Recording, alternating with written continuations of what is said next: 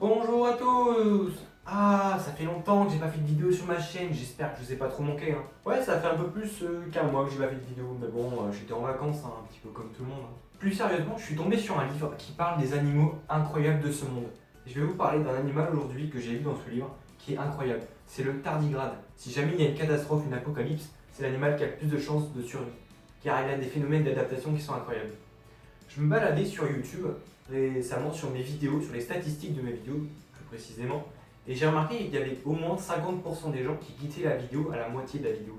Alors là, franchement, je vous incite à rester au moins jusqu'à la fin de la présentation. Et c'est vraiment un animal qui vaut la peine de s'en occuper. Bon allez, installez-vous confortablement et moi je vous souhaite une bonne vidéo. Allez. Le tardigrade, un animal extraterrestre aux incroyables capacités de survie. Dans la série Nature incroyable, on avait déjà pu voir ces magnifiques arbres multicolores aux Philippines. Mais aussi le gentil et très stupide kakapo. Cet oiseau est endémique de la Nouvelle-Zélande. Voilà, c'était la petite info. Le tardigrade dont nous allons parler ici est lui aussi étonnant à plus d'un titre. Les tardigrades, ou oursons d'eau, méritent bien en effet leur place dans la catégorie animaux étranges. Ce sont de minuscules animaux invertébrés et translucides, de 0,1 à 1,5 mm à peu près, constitués d'une carapace terminée par 8 petites pattes griffues, situées sous leur corps. Celle-ci leur confère une démarche pataude qui leur a valu le nom de marcheurs lents. Ils ressemblent à des insectes avec un système nerveux et digestif, une tête, des yeux et une reproduction par œuf. Mais leur capacité hors du commun interroge les scientifiques, à tel point qu'ils estiment que les tardigrades pourraient être d'origine extraterrestre.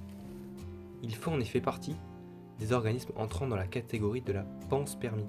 Cette théorie scientifique soutient que leur vie sur Terre pourrait avoir été apportée d'autres planètes, comme Mars par exemple, via des comètes. Et avoir les incroyables propriétés du tardigrade, on peut effectivement se poser la question. Pourquoi la nature aurait créé un organisme si résistant alors que les conditions de vie sur Terre n'exigent pas de telles capacités de survie? La cryptobiose, clé de la résistance du tardigrade. On peut trouver les tardigrades dans des environnements très variés, du haut de l'Himalaya au plus profond de l'océan, mais également de l'équateur au cercle polaire. Ils vivent toujours en milieu aquatique ou humide. Leur capacité à entrer en cryptobiose, donc en fait c'est un état de stase, en fait des organismes extrêmement résistants.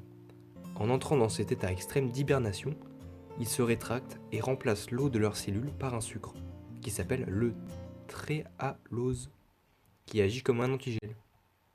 Ils s'entourent ensuite d'une sorte de couche de cire pour se protéger davantage.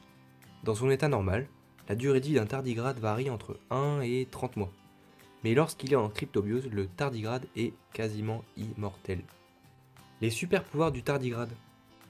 À ce jour, ils sont aussi les seuls animaux connus pour être capables de survivre dans le vide spatial. Mais ça n'est pas tout. Ils peuvent également 1. Survivre à d'énormes doses de rayons X. Alors que 500 rads suffisent à tuer un homme, le tardigrade peut en supporter jusqu'à 570 000 avant de mourir. Ils résistent également à bon nombre de produits toxiques grâce à leur chimiobiose, qui est une réaction immunitaire. Rester sans eau ni nourriture pendant plus de 10 ans. Supporter des températures extrêmes, de moins 272,8 à peu près, quasiment le zéro absolu, à plus de 150 degrés Celsius. Se déshydrater jusqu'à ne plus contenir que 3% d'eau, puis renaître une fois réhydraté. Survivre à des pressions très importantes, jusqu'à 1200 atmosphères, et être congelé et revenir à la vie une fois décongelé, même après 2000 ans passés dans la glace. Ces formidables propriétés font que les chercheurs s'intéressent de près aux tardigrades.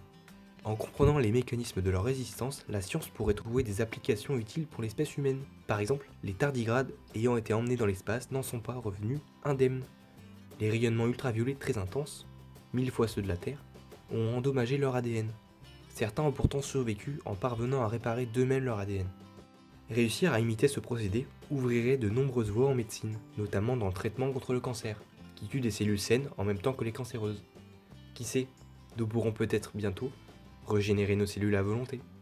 Et nous le devrons au tardigrade. Et ouais, quelle vie patente celle d'un tardigrade, vous trouvez pas? Vous nagez dans l'eau là entre les lichens et les mousses.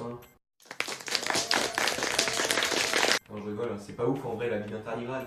Mais c'est quand même incroyable, ça a des phénomènes d'adaptation qui sont incroyables. Et ce Gugus là, t'en croiseras pas partout, hein. À moins que t'aies ta binoculaire avec toi sous la main, là, comme ça, tu la transportes, tu fais putain, le tardigrade, je vais vraiment le trouver là. Bon allez, bref, je vais pas parler plus longtemps, je vais vous laisser tranquille, allez vaquer à vos occupations. Je vous invite juste à vous abonner avant de partir. En bas là, je sais pas où est le bouton, c'est vraiment en bas de l'écran à gauche. Tu trouveras le petit bouton abonné, ou sinon à la fin, sur la bannière de fin, tu auras la petite bulle avec t'abonner. Allez, ciao ciao, à une prochaine vidéo.